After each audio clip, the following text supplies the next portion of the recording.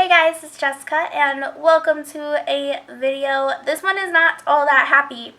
I'm going to start off by saying that if you're going to be hateful or disrespectful or just downright mean, please don't watch this video. Just don't even bother watching. I don't want there to be any hate on my channel. I don't want there to be any hate on the people I talk about. I don't want any hate on their channels. I just want to kind of share my thoughts on this because to me it's a topic that touches home and it's a very important thing to talk about. So let's just get right onto it. So Matthew Santoro, who I actually mentioned I think on Monday, I mentioned his channel like maybe last week, I don't know, I think it was last Friday actually, when I did my update video.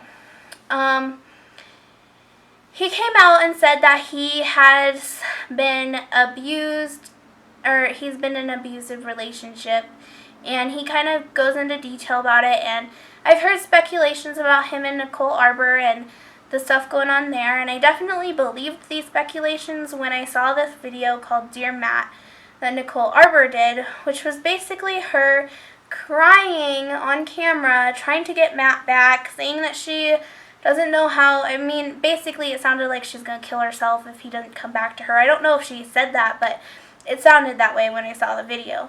And that's when I kind of knew, yep, those allegations are definitely true, because what she did in that video was very manipulative, very just manipulative and vindictive, and I don't know, it was terrible. So as far as her reaction video to his video, I just want to say this. I worked at a domestic violence counseling center a while back, like I think 2011. And the people there who had committed the violence, no matter how much evidence there was to prove that they did it, a lot of times they would be like, oh, they deserved it, or oh, they're lying, or, oh, I didn't do that, oh, that's just a bunch of BS. Like, they really didn't show accountability to it. They didn't think that what they did was wrong, and if they did admit it, they didn't think it was wrong, and sometimes they would just downright, say that they're lying. And, so that's all I'm going to say when it comes to her reaction video. I think by that you kind of know where I stand on that. So, yeah, anyway. So Matthew Santoro's video was basically just saying if you're going through a abusive relationship, please go tell somebody, because you do not want to hold this in because it will destroy you. That is basically what he said in his video. But I definitely encourage all of you guys to watch it. It is very heartbreaking, very, very hard to watch, but I definitely think it's worth watching. I think it's important that people understand that anybody can be in a domestic violence relationship, whether you're male or female, gay or straight. At the counseling center, there was a lot of women there who were charged with domestic violence. There was a lot of lesbians there who were charged with domestic violence. There was a couple gay guys there who were charged with domestic violence. And there was men there that were charged with domestic violence. You saw it all across the board. And really, really sad. Men don't feel like they can talk about it too much because it's embarrassing for them. And I think that's sad. I think it's really sad that that's a thing, that it's embarrassing. That people who've been through abuse have to feel embarrassed or ashamed about sharing their stories. So when it comes to sharing your story publicly, to people who you don't know or people who aren't in your life every day or even your friends, I think that you really need to wait until you're ready to tell them. But when it comes to the police or, people that you can really count on to be there for you, you need to tell them as soon as you start seeing red flags. As soon as you get hit, you definitely need to tell the police. It needs to happen, because domestic violence is something that I feel like goes underreported, especially when it comes to men. I feel like men have a really hard time saying that a woman hit them or that anybody hit them, because men are supposed to be macho and masculine, and it's just stupid because women they can be vindictive and manipulative, and they hit people. Like, it is socially acceptable, it seems, for women to hit somebody, but if a man does it, like, they're in trouble. I think that's wrong. I think that's really wrong. So that's kind of what I want to say. I think it's interesting that Nicole Arbor made a response video. He didn't even mention her name, and his video wasn't even about her, really. It was just about saying that you need to tell somebody before your spirit gets broken, before that person takes full control over your life. You need to tell somebody and let them know. I know a couple of guys who have been in abusive relationships, and these guys still continue to take the person back. And so I kind of wanted to talk about that for a minute, because I also have been in abusive relationships as well.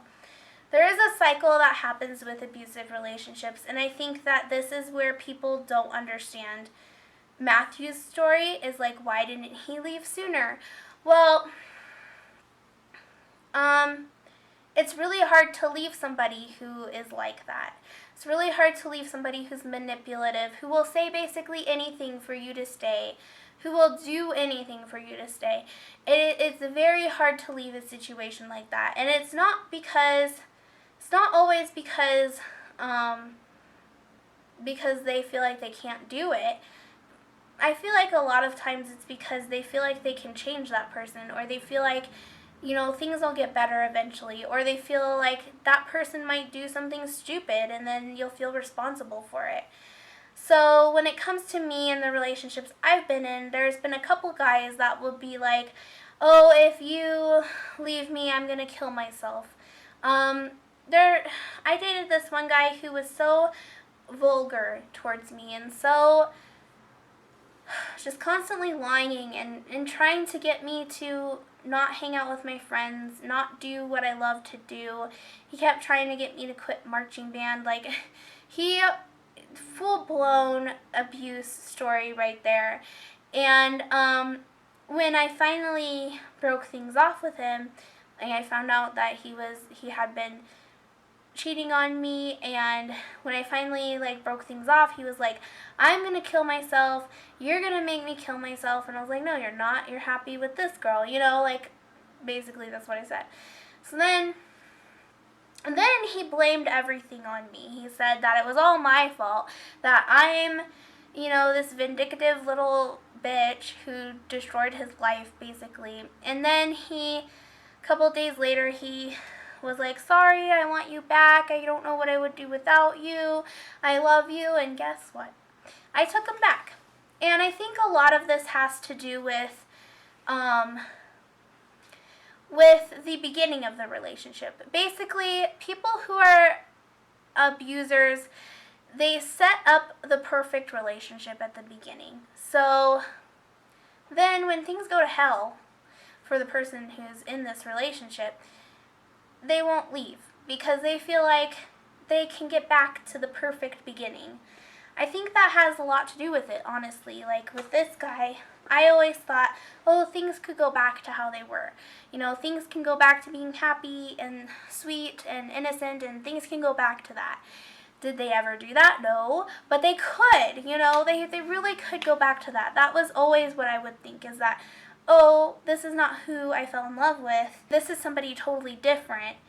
And they'll go back to who they were. The thing that I think blinds people who are in abusive relationships is the fantasy. Because when you enter a relationship, you feel like you're getting that person's real side of them. Like, they're sharing everything with you. They're being so open with you. They're telling you all of their secrets. Of course they're not lying. Of course this is who they really are. Of course this is how it's always going to be. And then when it's not, you think that the person you first met is the real person. You think that's how they really are, when in reality, the person that you're getting later on is the person is who the person really is. It's not going to change. So that's kind of how that cycle works. It's not black and white. It's not easy to get out of that, especially if somebody's threatening suicide, or people will hold things against other people to just kind of keep them around, and it's a terrible thing. And the thing is that I'm not 100% innocent in this stuff. I used to be very manipulative. I used to be very vindictive. In high school especially, I would say whatever I could say to get what I want. And I'm no longer like that. I try really, really hard to catch myself if I ever do fall into that pattern again. But I'm not like that at all anymore. I'm just not that kind of person. And I can spot those people from a mile away. And most of the time, I have been right. Like, there's some guy friends I have where I'm like, they're going to be not good for you. This is going to end up happening. You should probably leave. And they don't believe me, and then it happens, and then they're stuck because they fall for the, I'm so sorry, or the, if you leave, I'm going to kill myself, or, all those kinds of tricks. They fall for that, and it's really sad, and it makes it really hard for anybody to leave that situation. And I just really wish people would understand that it's not easy to leave any kind of abusive relationship. It's just not. These people who are abusive have you wrapped around their little finger, and sometimes the abusers don't even really realize that what they're doing is wrong, but it's not an excuse for you to stay. So for those of you who might be going through an abusive relationship, if you feel like somebody is taking away your life, like what I mean is like they're slowly having you cut people out of your life, they're slowly having you spend less time with people and more time with them. And if you are ever in a situation where you are solely spending time with them, then you need to reevaluate your relationship and you need to get help, because that is not healthy. It is not healthy. And you deserve to have your own friends. You deserve to go out and spend time with your own friends. You deserve to be yourself. You deserve to be your own person. Just because you are in a relationship does not mean that you have to lose who you are. If you start losing grasp of who you are, then you need to figure out what's going on, because you could be in an abusive relationship. And I don't want anybody to get hurt. I don't want anybody to end up in the hospital. I don't want anybody to feel worthless. I want you all to be happy and healthy and in really good, deserving relationships. If you are going through any kind of abuse, please go talk to somebody about it. Please go get help, because you deserve to be treated like gold. You deserve the best. You do not deserve to be hit. You do not deserve to be called names. You do not even deserve to be joked about and mocked. You deserve the best. And you deserve to treat other people the best way that you can treat other people. So anyway, I think that is about it. I am super proud of Matt for telling his story. I hope more people share their stories through this. I hope that it becomes a positive, a positive thing instead of a nasty negative thing. I just really hope that, this story helps a lot of people. So anyway, that is it for this video. Thank you very much for watching. I really appreciate it.